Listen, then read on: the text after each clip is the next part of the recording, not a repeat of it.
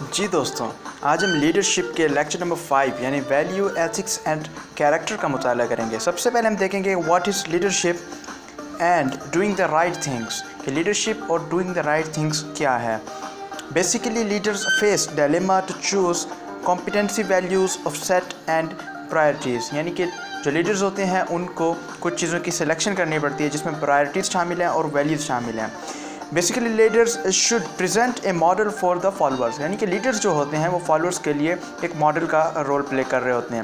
There is centrality and importance of moral dimension of leadership, यानी कि leadership के जो मॉरल डायमेंशन है उसके सेंट्रलिटी और इम्पोर्टेंस मौजूद होती है। इसके साथ हम देखते हैं कि what are 4 qualities of leadership. Leadership की 4 क्वालिटीज़ कौन कौन सी हैं। सबसे पहली क्या, विजन के एक नज़रिया होता है। इसके साथ एम्पैथी, यानी वो केयरफुल होते हैं, सबकी केयर करते हैं। इसके अलावा मुस्तकिल मिजाजी यानी कंसिस्टेंसी उनके अंदर पाई जाती है। इसके साथ ही इंटीग्रिटी, यानी कि वो हर काम को अपने इंटीग्रिटी के ज़रिए मुकम्मल करते हैं। अब हम देखते हैं कि 2 contrasting theories X and Y क्या कहती हैं, यानी कि थ्योरी एक्स क्या कहती है और थ्योरी वाई क्या कहती है। इस हवाले से सबसे पहली चीज़ है कि theory X, people need extrinsic motivation to work, यानी कि पीपल जो ये लोग जो होते हैं उनको एक्सटर्नल रिवॉर्ड्स चाहिए होते हैं एक मोटिवेशन के लिए ताकि वो काम कर सकें। यूजुअली जो लोग हैं वो काम नहीं करना चाहते। और थ्योरी वाई क्या कहती है, थ्योरी वाई कहती है कि some people are internally motivated, ये कुछ लोग जो हैं वो अपने काम के लिए अंदर से ही मोटिवेटेड होते हैं और वो काम दिल लगी से कर रहे होते हैं। अब हम देखते हैं कि what is the meaning of value, कि वैल्यू क्या है। Values are basically generalised behaviour important for individual, यानी कि वैसे बिहेवियर हैं जो इंडिविजुअल्स के लिए कुछ इंपॉर्टेंस रखते हो। अब हम देखते हैं कि learn through socialisation and internalised and affect behaviour, यानी कि ये सोशलाइजेशन के ज़रिए लर्न किए जाते हैं और इंटरनलाइज किए जाते हैं और उसके साथ साथ ये उनके बिहेवियर को भी अफेक्ट करते हैं। इसके साथ ही हम देखते हैं कि इंस्ट्रूमेंटल वैल्यू पर डिपेंड करते हैं। That means refers two modes of behaviour, यानी कि बिहेवियर के जो मोड्स होते हैं उसको इंस्ट्रूमेंटल वैल्यू कहा जाता है। इसी तरह हम कहते हैं terminal value. Terminal value basically refers to the desire and states, यानी डिज़ायर और स्टेट्स के ऊपर जो रेफरेंस है वो टर्मिनल वैल्यू का होता है। अब हम देखते हैं कि what is moral reasoning and character based leadership, कि मॉरल रीजनिंग और कैरेक्टर बेस्ड लीडरशिप क्या होती है। सबसे पहले देखते हैं कि what is moral reasoning. Moral reasoning is basically a process of differentiating between the ethical and unethical practices, यानी एथिकल और अनएथिकल बिहेवियर के दरमियान जिस प्रोसेस के ज़रिए हम डिफरेंशिएट कर सकते हैं उसे मॉरल रीजनिंग कहा जाता है। बेसिकली डिफरेंस जो है वो रिज़ल्ट होता है डिफरेंस ऑफ जजमेंट का, यानी कि इस डिफरेंस की बेस पे जो रिज़ल्ट हम देखेंगे वो रिज़ल्ट ऑफ जजमेंट की बेस पर होगा।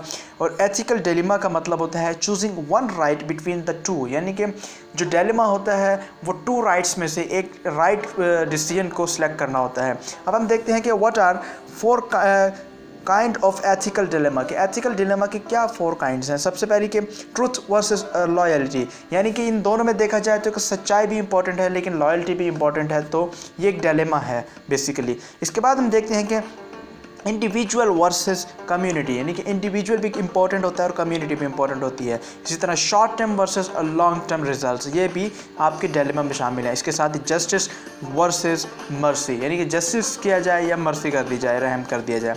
अब हम देखते हैं कि what are the 3 principles of resolving ethical dilemma. Ethical dilemma को रिजॉल्व करने के 3 प्रिंसिपल कौन कौन से हैं। सबसे पहले है एंड बेस्ड थिंकिंग, कि एंड देखते हुए सोचना। फिर इसके बाद है रेट बेस्ड थिंकिंग, यानी कि रोल देख कर देखना। फिर इसके बाद है केयर बेस्ड, यानी कि केयर करते हुए आप थिंक करें।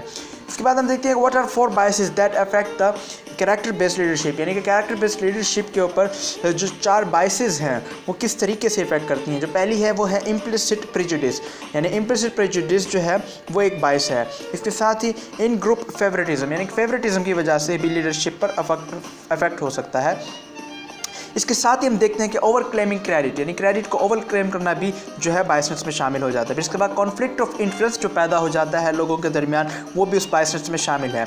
इसके साथ ही हम देखते हैं कि what are the 3 components of moral potency, के मॉरल पोटेंसी के 3 कंपोनेंट कौन से होते हैं। सबसे पहली चीज़ है मॉरल ऑफ ओनरशिप, दूसरी चीज़ है मॉरल करेज एंड तीसरी चीज़ है मॉरल एफिकेसी।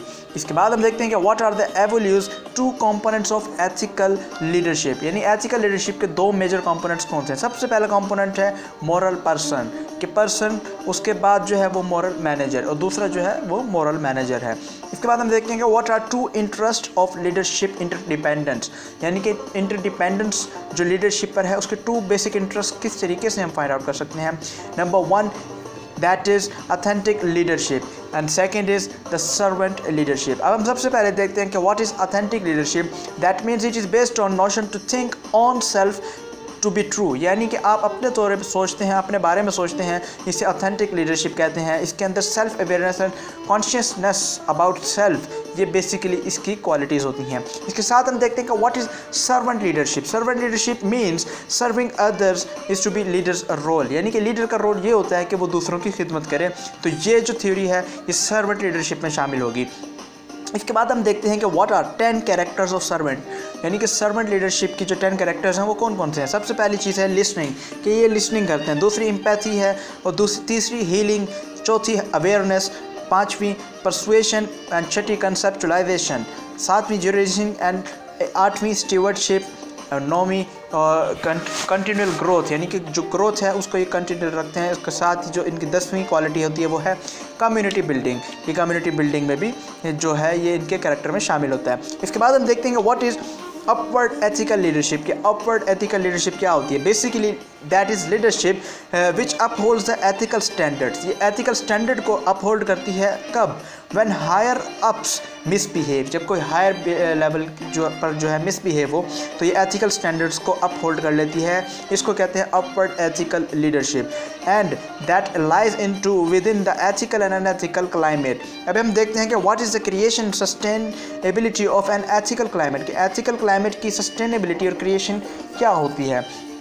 इसके अंदर सबसे पहली चीज़ हम देखेंगे the 5 fronts of leadership which are required for ethical climate.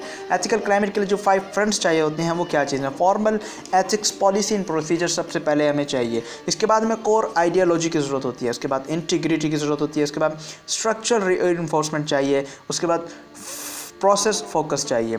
अब हम देखते हैं कि what is principle centred leadership. कि प्रिंसिपल सेंटर्ड लीडरशिप क्या होती है। It is basically process of asserting the interdependence. Basically ये इंटरडिपेंडेंस असर्ट करने का नाम है between the personal, interpersonal, managerial and organisational aspects of the leadership, यानी कि जो 4 आइटम्स हैं इनके दरमियान इंटरडिपेंडेंस क्रिएट करने का जो प्रोसेस है उसे प्रिंसिपल सेंटर्ड लीडरशिप कहा जाता है।